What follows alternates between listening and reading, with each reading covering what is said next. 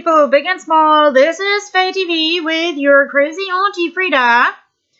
And I had a couple of awesome discussions the last couple of days about marketing ideas and about getting back on track with my dreams of being a radio DJ and host of a radio show with ethical and social themes, which, of course, in the name of FayeTv, I will continue to connect to pen paling.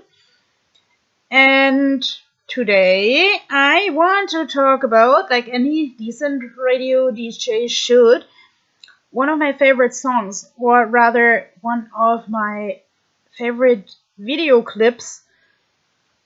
And I think this will interest my pen pals because it relates a lot to the way my head functions and to the way they might see in my writing, and they might just shake their heads and say, what is she gonna say here? And this is getting on my nerves. But actually, one of my favorite songs is appealing to my pen pals' patience. And it is definitely worth it to have patience with people like me. There is this song, 1984, everybody knows it, and it's called Take On Me. I discovered that in the late 90s, just before I was moving to Canada for a student exchange year. So at some point I asked the Canadians, what does take on me mean? And then a middle-aged, very traditional gentleman said, well, take on me doesn't exist. It's take me on. Take the challenge to do something with me, to accept me, something like that. So I never understood the lyrics completely until I googled them, and actually I was more and more convinced these lyrics are about a person with a perceptual disability, because I don't know if anyone has heard about this show on TV that's called Pop-Up Video, where there are small explanations about the music videos popping up while the video is going. And there it related the sentence take on me to dyslexia. So I'm relating it to a person for who the words are generally dancing around in the head and not making sense. And in the lyrics of the song, this person says, I'm odds and ends. That means I'm kind of bits and pieces. I'm kind of disconnected.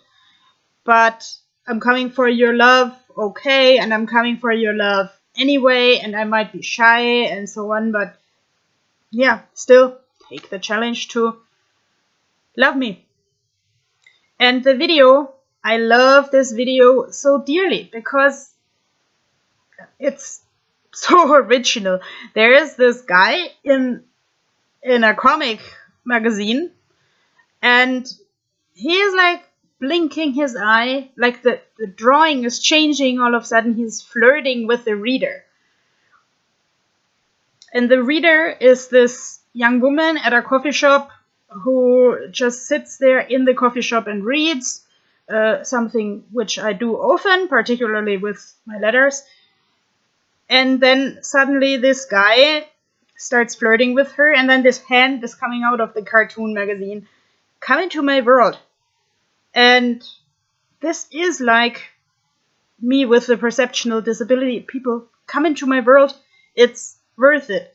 Actually, in the world, in the comic magazine, there's also a lot of aggression. There's this speed meter on a motorbike showing 140 kilometers per hour, and me thinks that in most Nordic countries there is a speed limit of 90 or 120.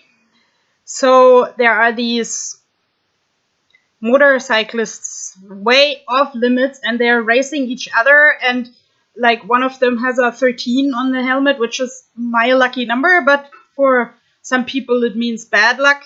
And they are like threatening each other with a tire iron, and then probably this is what people think makes a good comic, like a good guy, bad guy, even though I think that in real life the good guy, bad guy concept is not as black and white. The parts of the video where the cartoon is are black and white, by the way. And then the woman who read the cartoon magazine, of course, disappeared because she vanished into the cartoon world.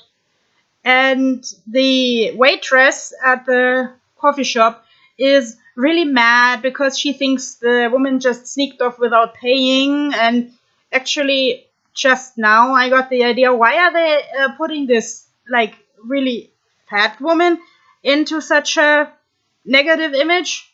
Why is it always the odd person who needs to be angry? Why is this big woman angry? She could also kind of ask what's happening, but now she is throwing the magazine to the trash and really decently crumbles it up. And it's like really, really wrinkly, and then suddenly the woman who read the magazine sits beside the trash, and she has like black ink all on her face. So there is again a question of, should we stop thinking black and white? And she is like really crumbled up, sort of like the magazine, and she takes the magazine and runs off, and she tries to straighten it out. It's sort of like trying to straighten a life out after a fight. And then suddenly the cartoon guy starts knocking on her door, like right after she has seen a picture of him basically dead. And well, there he knocks on the door, and of course this is Morten Hernkett over 30 years ago, so he's like really young and really sexy, and when he starts sweating, it's like for the spectator this is supposed to be really, really yummy.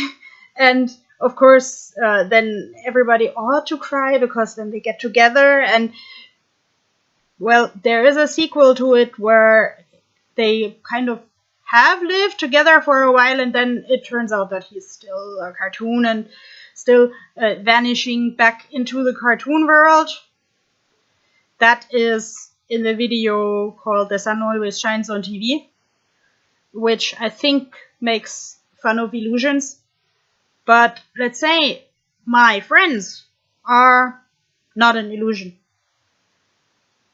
and their ways of sometimes not being able to express what they're really feeling are not an illusion. And I think it is really worth it to get to know people, even when they express themselves strangely, when things don't seem to be in the right order. And I just wish you all a great evening and great people to get to know. Bye bye.